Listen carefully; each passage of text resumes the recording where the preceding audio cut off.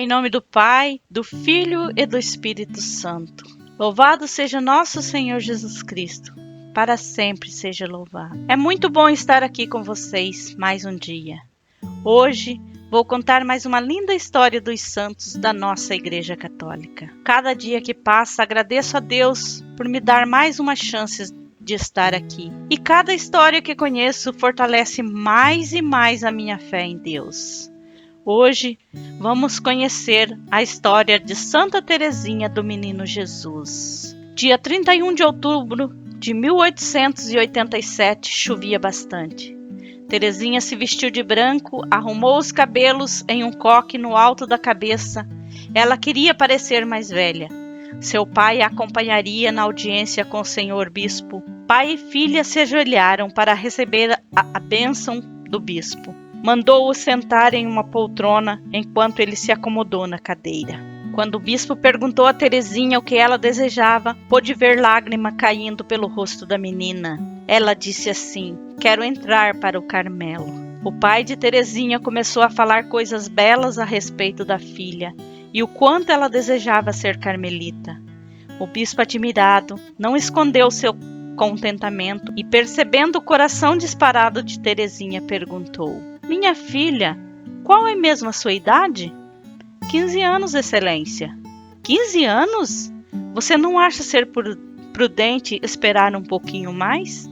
Excelência, a voz que me chama não me fala em espera. Você tem certeza disso? Excelência, eu sei que Deus não tem pressa, mas ninguém pode atrasar quando Ele chama. Teresinha nasceu numa cidade do interior da França, Alençon, a 2 de janeiro de 1873.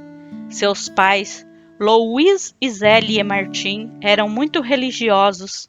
O pai havia tentado ser monge, mas percebeu que sua vocação estava no matrimônio. Ela era o 9º filho do casal. Batizaram o bebê Maria Francisca Teresa Martin. Viviam confortavelmente. O pai era relojoeiro e joalheiro e a mãe era uma empreendedora bordadeira. Sua mãe Zélie faleceu vítima de câncer quando Teresinha tinha 3 anos de idade. Então Teresa escolheu sua irmã Paulina como sua segunda mãe. A menina recebeu desde muito pequena uma boa formação religiosa. Teve uma ótima educação iniciada pelas freiras beneditinas, que tinham um colégio na cidade e que foi depois completada por uma professora particular. Desde pequena, todos perceberam que Teresa era muito piedosa. Ela dizia que nunca iria recusar nada ao bom Deus. Ela daria tudo o que ele lhe pedisse. Quando tinha 10 anos, Teresinha adoeceu. Ela tinha agitações e fortes tremores por todo o corpo. O médico apenas conseguia dizer que era um caso muito grave. Ele dizia não haver esperança de cura. Mas Teresinha contou que um dia suas irmãs se ajoelharam ao lado de sua cama e rezaram junto de uma imagem de Nossa Senhora das Vitórias. Mesmo fraca, Teresinha também rezou e depois destas orações, ela relatou que de repente a Santíssima Virgem apareceu. Seu rosto respirava uma bondade e uma ternura inefáveis. Porém, o que me penetrou até o fundo da alma foi o encantador sorriso da Santíssima Virgem. Depois desse sorriso, Teresinha ficou completamente curada. O fato mais tocante de sua infância foi a primeira comunhão, feita aos 11 anos. Logo depois foi crismada. A comunhão marcou o início de uma vida espiritual mais séria, com uma profunda união de alma com Jesus. Até então, ela era piedosa, mas ainda uma criança. Desde que sua mãe morreu, ela chorava por qualquer coisa. Era uma criança muito sensível e delicada. Sua saúde nunca foi muito boa.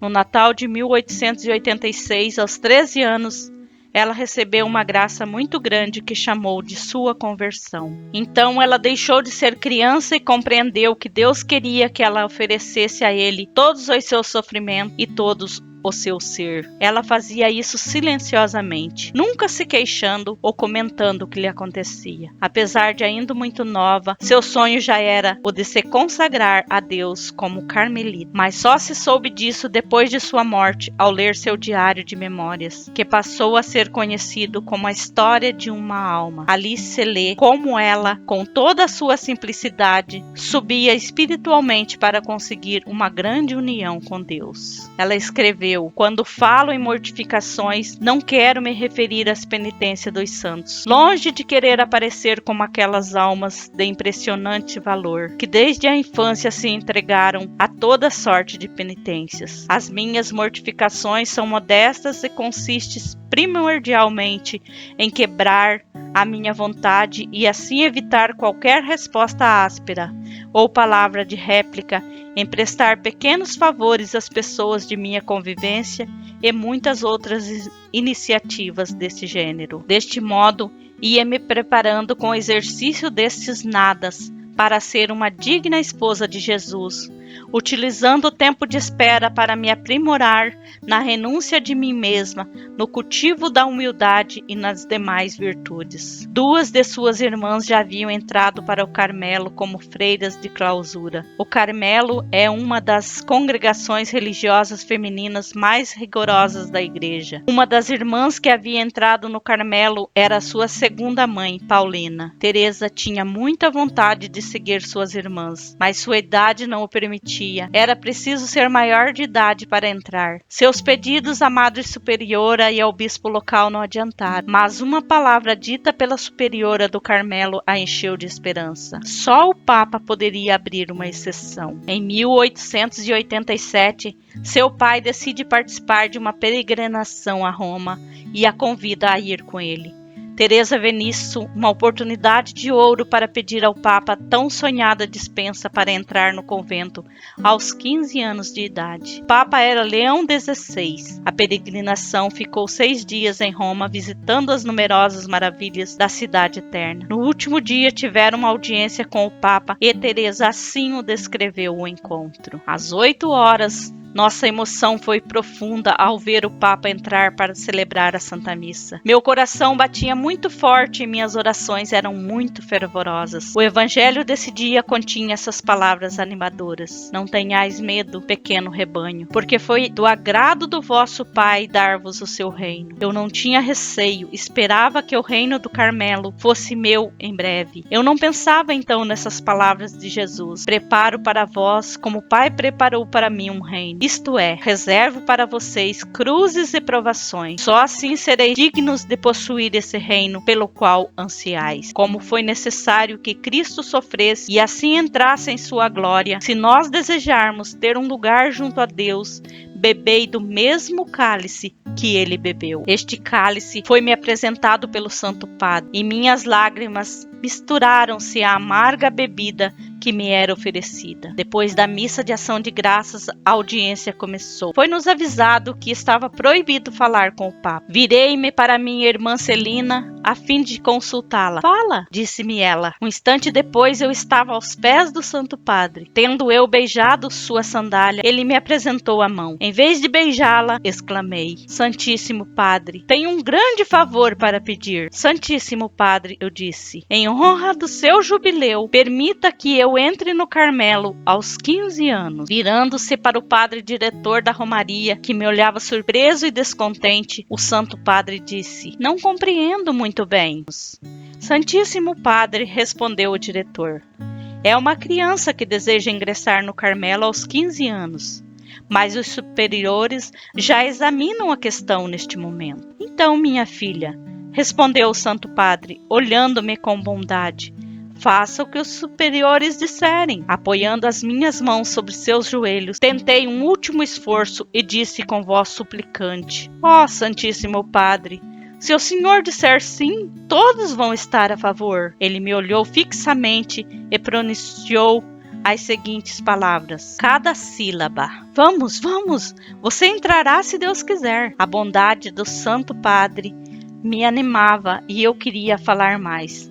Porém, 2 guardas tocaram-me polidamente para me fazer levantar. Vendo que isto não era o suficiente, me seguraram pelos braços, e foi pela força que me arrancaram dali. No momento em que eu estava sendo retirada, o Santo Padre colocou suas mãos nos meus lábios e levantou para me abençoar.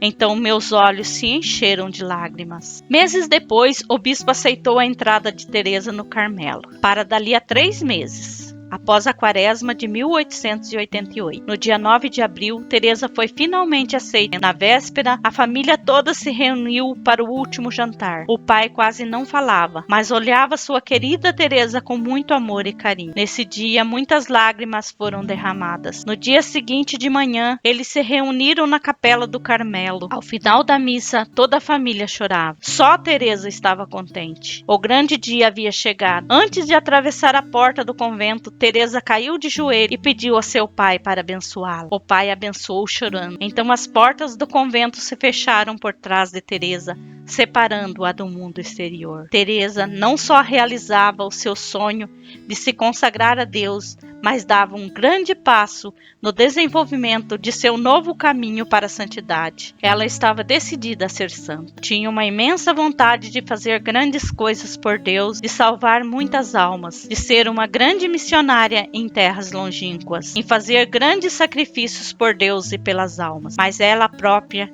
em sua humildade, acreditava que era fraca, que não tinha grandes qualidades humanas, nem muitos estudos.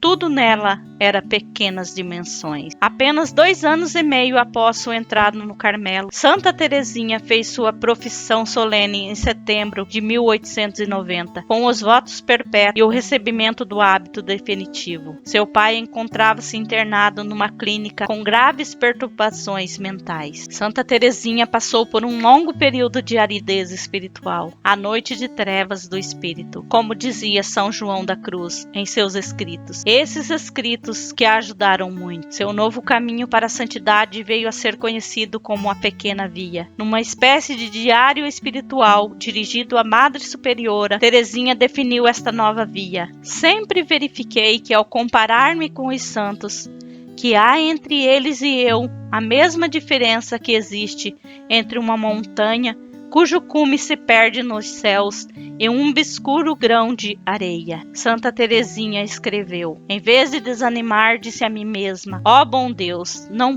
pode inspirar desejos irrealizáveis. Posso, portanto, apesar de minha pequenez, desejar a santidade. Fazer-me crescer a mim mesma é impossível. Tenho de suportar-me tal como sou, com todas as minhas imperfeições. Mas quero, contudo, procurar a maneira de ir para o céu por um caminhozinho muito direto, muito curto, uma pequena via inteiramente nova. Eu queria encontrar um elevador que me levasse até Jesus, porque sou demasiada pequena para subir a rude escada da perfeição. Então procurei nos livros sagrados a indicação do elevador, alvo do meu desejo. E li essas palavras saídas da boca da sabedoria eterna: se alguém for pequenino, venha a mim. Então aproximei-me, adivinhando que tinha encontrado o que procurava. Querendo saber, ó meu Deus, o que faríeis com o pequenino que respondesse ao vosso apelo. Continuei minhas buscas e eis o que encontrei. Assim como uma mãe acaricia seu filhinho, assim eu vos consolarei. Levar-vos-ei ao colo e embalar-vos-ei nos meus joelhos. O elevador que me há de levar até o céu são os vossos braços, Jesus. Para isso não tenho necessidade de crescer, pelo contrário, é preciso que eu permaneça pequena e que me torne cada vez melhor, ó meu Deus. Nesse diário espiritual escrito no ano de 1895, a mando de sua irmã de sangue superiora, Madre Inês Teresa, relatou sua vida interior. No livro intitulado História de uma Alma, ela explica muito bem o que é a sua pequena via. Durante sua vida no Carmelo, ninguém leu essas memórias, a não ser a madre e sua irmã Paulina, também carmelita. Esses escritos extraordinários foram publicados um ano após a sua morte. No convento, Teresa foi uma simples freira, nada fazendo de extraordinário aos olhos do mundo. Era exemplar no cumprimento das regras e procurava fazer o bem a todas as freiras. Em sua infinita união com Deus, Santa Teresinha adquiriu domínio completo sobre os seus atos e sua vontade. Graças a isto, todas as virtudes começaram a desabrochar em sua alma. No Carmelo, sempre quis ser a humilde serva de suas irmãs, servindo a todos com muito amor. Assim, Teresinha descreveu sua vocação religiosa. Na primeira epístola aos Coríntios, São Paulo diz que nem todos podem ser ao mesmo tempo apóstolos, profetas e doutores, porque a igreja é composta por diferentes membros e que, portanto, os olhos não fazem o serviço das mãos. Continuei a leitura e encontrei este conselho: aspirai aos dons mais altos. Aliás, posso indicar um caminho que ultrapassa a todos e explica o apóstolo como todos os dons, mesmo os mais perfeitos, não são nada sem o amor. Que o amor é o caminho mais excelente para encontrarmos Deus.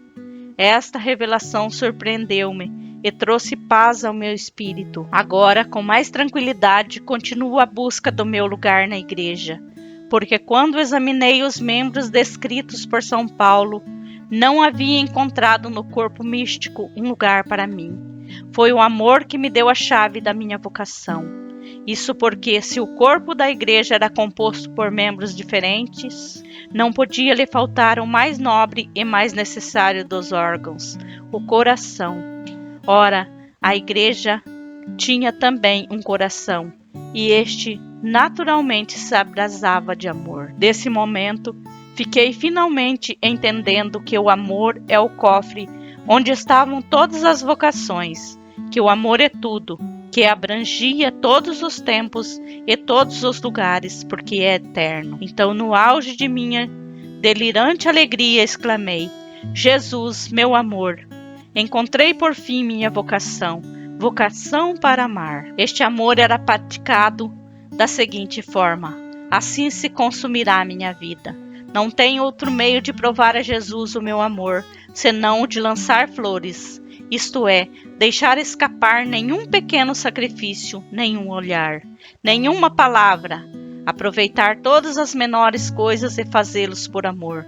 Quero sofrer por amor. De dentro do seu convento de clausura, Santa Teresinha ardia de desejo de ser missionária. Sua missão foi a de fazer Deus ser amado, adorado por seu amor, por sua bondade. O desejo de ser missionária era tão intenso que escreveu que não desejava sê-lo somente durante alguns anos, mas desde a criação até a consumação dos séculos. Santa Teresinha mostrava que através da oração todos podem ser missionários. Ela foi uma verdadeira missionária sem nunca ter saído do seu convento. Ela ajudou com suas orações e sacrifício os missionários, participando de seus trabalhos através de seu coração solidário, sedento de levar as almas a Deus. Foi por esta razão que em 1927, 30 anos após sua morte, ela foi proclamada padroeira das missões pelo Papa Pio XI. Em junho de 1895, Santa Teresinha oferece sua vida a Jesus como vítima expiatória pelos pecadores. Eu pensava nas almas que se oferecem como vítimas à justiça divina, a fim de desviar e atrair sobre si os castigos reservados aos culpados. Esse oferecimento parecia-me grande e generoso, mas estava longe de me sentir inclinado a fazê-lo. Ó meu Deus, exclamei do fundo do meu coração, só a vossa justiça recebe almas que se imolam como vítimas? Vosso amor misericordioso não precisa também? Em todo lugar, vós sois desconhecido ou rejeitado. Vosso amor desprezado vai ficar em vosso coração? Parece-me que se encontrasseis almas que se oferecessem como vítimas de holocausto ao vosso amor, as consumiríeis rapidamente. Parece-me que estaríeis feliz em não conter as ondas de infinita ternura que estão em vós. Ó meu Jesus, que seja eu essa vítima feliz. Consumais vosso holocausto pelo fogo do vosso divino amor. Madre querida, vós que permiteis que eu me oferecesse assim a Deus, conheceis os rios, ou melhor, os oceanos de graças que vieram inundar a minha alma. Ela teve uma primeira crise de tuberculose, ao mesmo tempo ela estava numa crise espiritual, por onde não sentia mais nenhuma consolação ou prazer em rezar, em estar diante do Santíssimo Sacramento, nada consolava. Era noite espiritual, a aridez do espírito, mas Teresinha continuou rezando, oferecendo sacrifício, fazendo atos de bondade e de entrega à vontade divina, sem se importar com a aridez espiritual. A tuberculose a encheu de júbilo, pois entendeu que o oferecimento de sua vida fora aceito por Deus. Naquela época ainda não havia cura para a tuberculose, que evoluía para a morte, com a doença destruindo os pulmões. Alguns meses depois, Santa Teresinha piora e passa a morar na enfermaria do convento. A 30 de junho, ela recebe a unção dos enfermos. Estando acamada, já em estado grave, Santa Teresinha ouviu duas colegas freiras conversarem a seu respeito no corredor. Uma freira dizia para a outra: "Que nossa madre poderá dizer da irmã Teresa do Menino Jesus após sua morte? Ela é uma boa irmãzinha, mas nada fez." A outra dizia: "Ela nada fez de notável, a não se ver praticar a virtude. Não se pode sequer dizer que ela seja uma boa religiosa." Seu estado de saúde foi piorando. Seu sofrimento eram atrozes. No dia 30 de setembro, ela ficou numa profunda paz e morreu serenamente às 19h20, aos 24 anos de idade. Ao morrer, seu semblante se transformou num belíssimo sorriso. Os prodígios começaram imediatamente após sua morte, para espanto das irmãs que não davam muita importância àquela jovem freira. A cela em que ela havia vivido foi tomada inexplicavelmente de um intenso perfume de violetas. Uma das irmãs do Carmelo sofria de anemia cerebral, mas durante o velório de Teresinha, ao tocar o corpo da santa, ela foi imediatamente curada. Ela disse que faria chover pétalas de rosas sobre a terra, querendo dizer que queria conseguir de Deus muitas graças para quem as pedisse. Ela prometeu: "Todos que me invocarem receberão minha resposta." Depois de sua morte, as pessoas amigas do Carmelo começaram a invocar aquela jovem freira. Tendo obtido graças, contavam o fato a outras e assim, de boca em boca, a devoção a ela foi se espalhando como rastilho de pólvora. O processo de beatificação foi iniciado e, com os depoimentos das freiras que a conheceram melhor, com a leitura de suas cartas privadas e, sobretudo, do seu diário íntimo, a história de uma alma, ficou evidente a sua santidade, ao mesmo tempo grande, imensa, simples, quase infantil. O processo terminou rapidamente e com êxito. Ela foi beatificada em 1923 pelo Papa Pio XI e seus restos mortais foram transladados para a capela do convento para facilitar a visita dos numerosos devotos. Os milagres e graças alcançados por sua intercessão ocorriam pelo mundo inteiro. Em 1925, o Papa Pio XI a proclamou santa numa solene cerimônia de canonização na Praça de São Pedro. Foi uma das maiores cerimônias desse tipo que Roma vira até então. Mais de 500.000 peregrinos vindos do mundo inteiro foram a Roma para a ocasião. Tornou-se costume entre os fiéis rezar a novena a Santa Teresinha e lhe pedir uma rosa, como sinal de que a graça pedida será alcançada. A chuva de rosas que ela prometeu continua. Basta pedir com fé e devoção. Deus abençoe a todos. Passem lá no canal, se inscrevam, deixem um like, um comentário e ative o sininho.